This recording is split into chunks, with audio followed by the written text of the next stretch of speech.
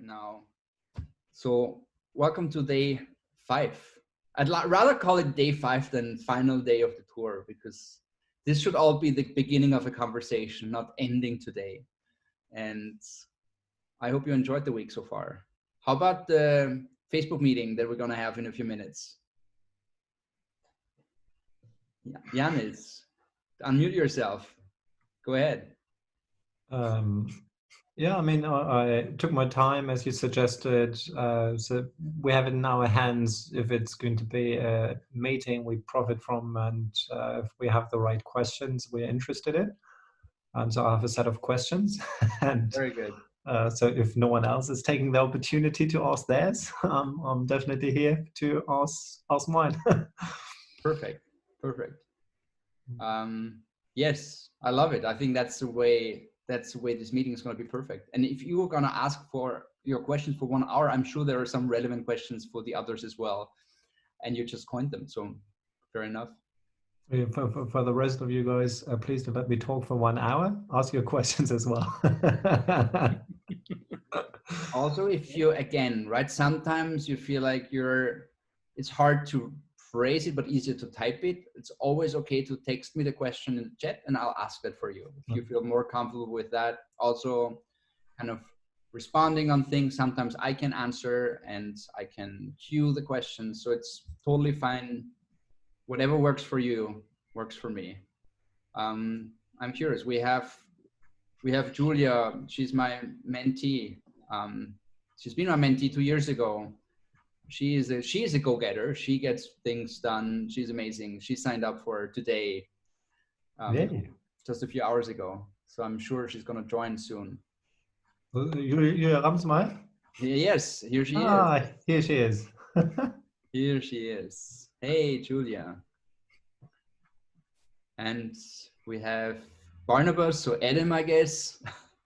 Adam is disguising it Barnabas again. Hello. Hello. This is me, Barnabas. You're Edmund Tendon, your alias is Barnabas Wetten, but in reality you look like George Clooney. Okay, there you go. That's. Where is your video? George little bro. Here we go. Ta-da! Yeah, here we go. Wait, I need to George change little this. brother. Nice.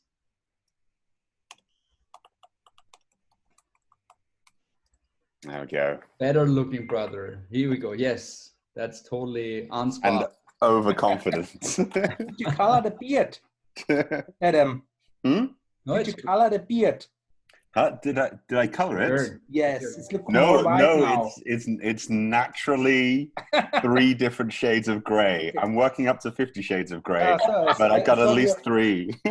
I thought you're working for the Christmas shop then.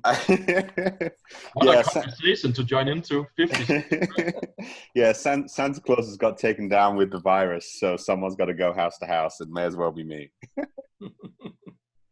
Hey, Scott. Good to have you. Hey there. Good to see you. Good to see you. So Tom's going to join us. I guess he's going to be on time. We had some back and forth with the time. He told me because he, like everyone else, is working at home, and it also means everyone who's working at home right now with family means that there are hours where you take shifts on the children, and that got that 20 minutes forth, 5 minutes back. We had like 9:35, 9:30, 9:15. We had a lot of appointments before I actually announced the first one to you. I'm curious. So you're all set with your questions.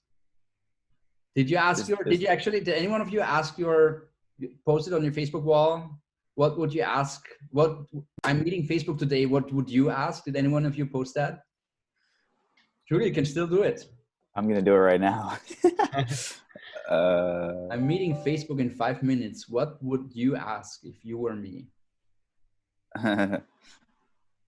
Is there a little break at 10? Is that what this? Yeah, there is. Looking at the little, we'll okay, see. Okay.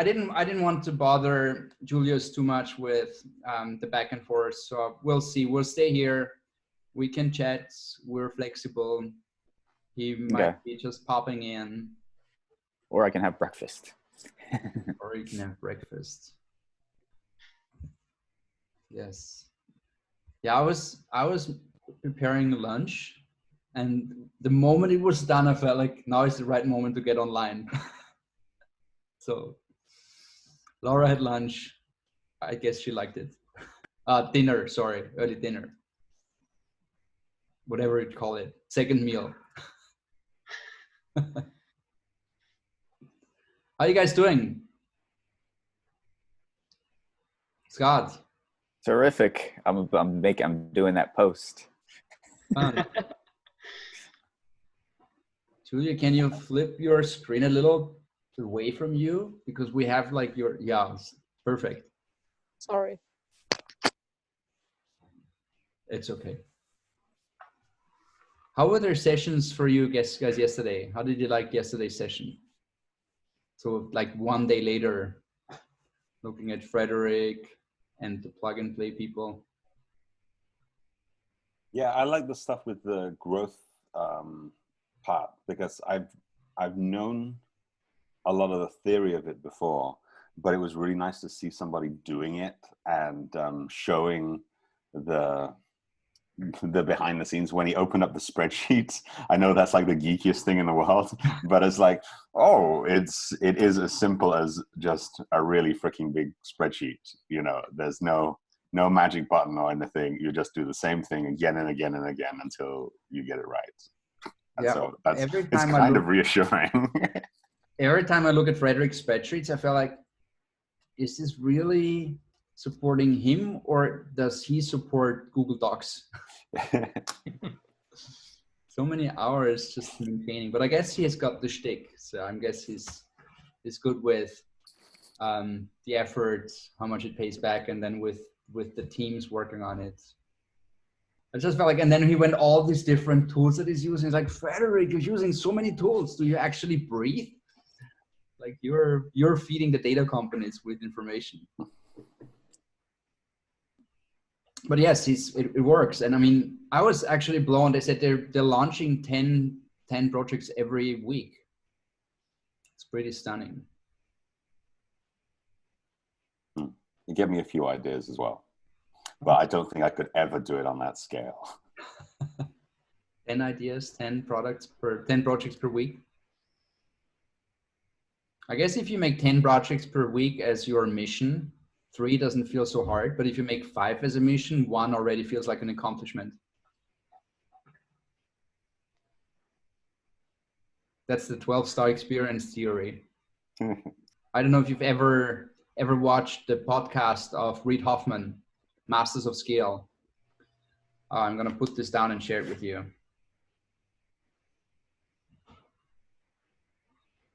Just want to make sure that Tom knows where we're meeting. Let me just.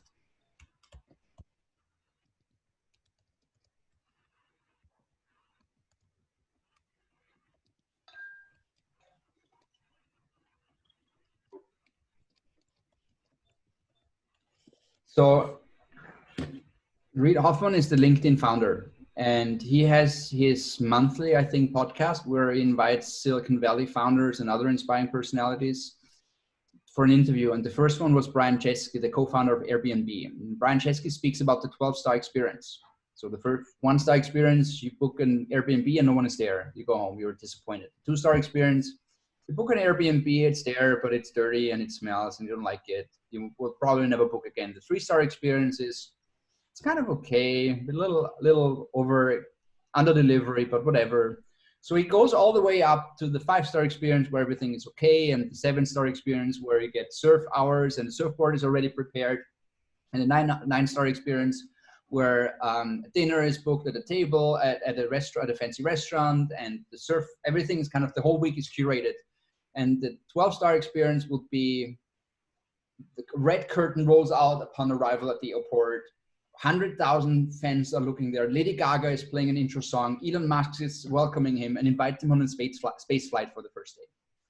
And like with all the craziness, like he really goes into detail of the 12-star experience. And everyone knows that the 12-star Airbnb experience will it's very unlikely to happen. But if you go all the way up to a 12-star experience and you take your time for the 1, 2, 3, 4, 5, and you write down all the details of the 6-star experience, the 7-star experience, whatever, until the 12-star experience, which is ridiculously, that's probably this is where Adam would start joining the conversation, the 12-star and onwards experience. When you do this, 6 stars or 7 stars don't go crazy anymore, because you went so far that the 6-star or 7-star experience feels like, yeah, sure, of course, we do it. But if you stop with the 6-star experience, you probably meet the 3-star experience as okay, or the 4-star experience as okay. So you don't go to that extent of stretching your own limits. And that's the concept of the 12-star experience. And when I work with speakers and do my speaker coachings, I'm working towards 12-star experience, because breaking it down, everyone can do this, right? I don't have time. I don't have so much of a commitment. No one's paying me. So all the good reasons, all the fucking excuses for everything, they can always be applied. But let's just put your target is 12-star experience. And whatever happens there, you know what the 12-star experience would be. And if you know 5 times what the 12-star experience would be, and you never deliver more than 6 stars, I think you'll get really excited about hitting the 10-star for once. And that's the way it goes. You constantly push yourself. When I talk about the skills of social intelligence, which is a topic dear to my heart, because I think the soft skills are the most important skills. So we can all learn marketing, we can all learn entrepreneurial mindset, we can learn all that crap. Things, it's not crap, it's good things. But if we don't treat humans as we're supposed to treat humans, we're not getting anywhere. So there are 7 skills of social intelligence. I walk them through, and there's so many aspects. It's really something that I think, if you're good in by definition, social intelligence means that you behave in a way that people enjoy having you around. So that's a definition of social intelligence. And the last one is about how you define yourself, your default setting. And how you define yourself is basically the result, and some of you might have heard this already more than once. How you define yourself is basically an everyday practice. When you go to bed and you ask yourself, was today a good day? Was today the day where I was the person I want to be? Was today a good snapshot of myself? Was I the Nikki I want to be? And if you ask yourself every day, was today a good snapshot of myself? More and more you become the person you actually want to be. Because consciously and subconsciously, you only make decisions that lead you, that guide you to that version of yourself, that attracts people you enjoy having around, that attracts jobs you enjoy doing, that attracts situations you can deal with and you can cope with. Because when we bend ourselves into a version where we believe others want us to be, we attract people we don't want to hang around, and on and forth.